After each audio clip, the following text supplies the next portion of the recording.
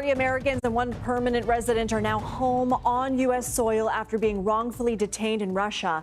Their return, part of a historic effort involving 6 countries and a 24-person swap. However, now that they're back, the process of reacclimating to society is just beginning.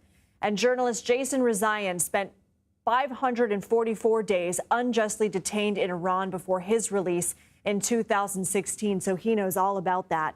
In an op-ed published by the Washington Post this morning entitled "Coming Home After Being a Hostage Abroad," he discusses the difficulty of reintegrating to society and how the process could and should be made easier. So for more on this, let's bring in the author of that piece and global opinions writer at the Washington Post, Jason Rezaian.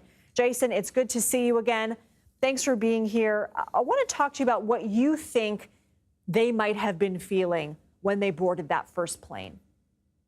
Lindsay, I think that initial feeling is elation and relief, but you still haven't gotten to the point where you really wrapped your head around the fact that that part of your ordeal, the imprisonment, the stripping away of choice and dignity, is over, and that a new chapter of your life, a very different chapter of your life, one where you are no longer being painted as the bad guy, but are now the protagonist, is just beginning. Yeah, you think about, I mean, just like you mentioned, the elation and maybe the adrenaline. This is sort of that first step. It won't be until much later when sort of the trauma of what they've been through will really take its hold. You talked about that, the struggles of being unable to sleep, nightmares that you were back in prison. And the government calls this process of reintegration post-isolation support activities. What does that mean?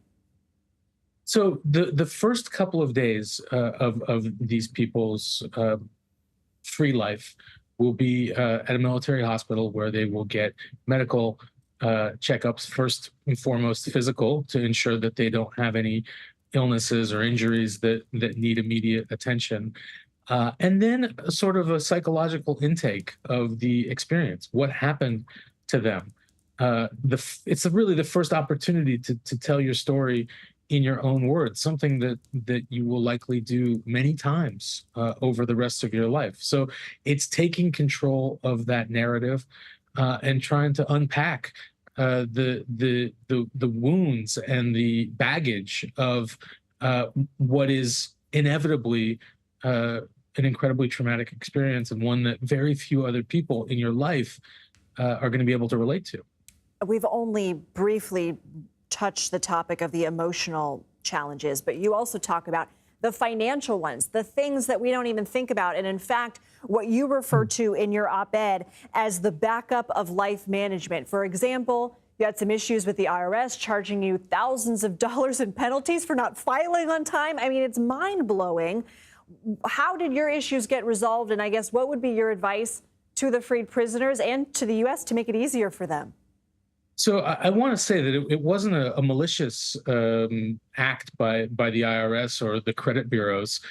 So much of this stuff is automated, right? And so when a person isn't able to file their taxes, and your taxes are it's required that you have your signature on the bottom of your tax form. So nobody was able to do that for me. Some of the penalties that added up were automatic. We were able to undo a significant amount of them when I got home, but in the end, I had to pay about $6,000 in fines and penalties because I had been hostage and taken off the grid for a year and a half. So when I've talked to government officials about that, whether people in Treasury, in the executive branch at the State Department, or now in Congress, everybody is in agreement that we need to take care of this. We need to fix this, so that this isn't a problem that other people deal with. But so much of these issues have to be fixed legislatively, right? So laws need to be passed. So I'm out here every time new hostages come home, as vociferously as possible, saying, "Hey, let's figure this out." Because when I came home, there was only a handful of Americans who had been recent wrongful detainees in countries around the world. That number has exploded in the decades since my arrest. And so it's a small but important constituency that needs to be taken care of. I gotta be quick with you on this, but many of these families. whose loved ones Yeah. are now home. What do you say to them?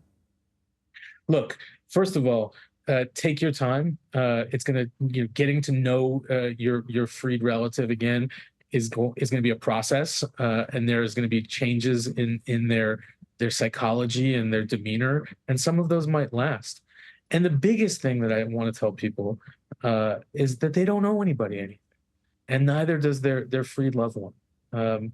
You know, the best that they can do is to give them the space and the grace to recover on their own timeline and of their own choosing. And I hope that they all seize that opportunity and have beautiful lives the rest of the way. Well said. Jason Rezaian, thank you. Good to see you. Thanks, Lindsay.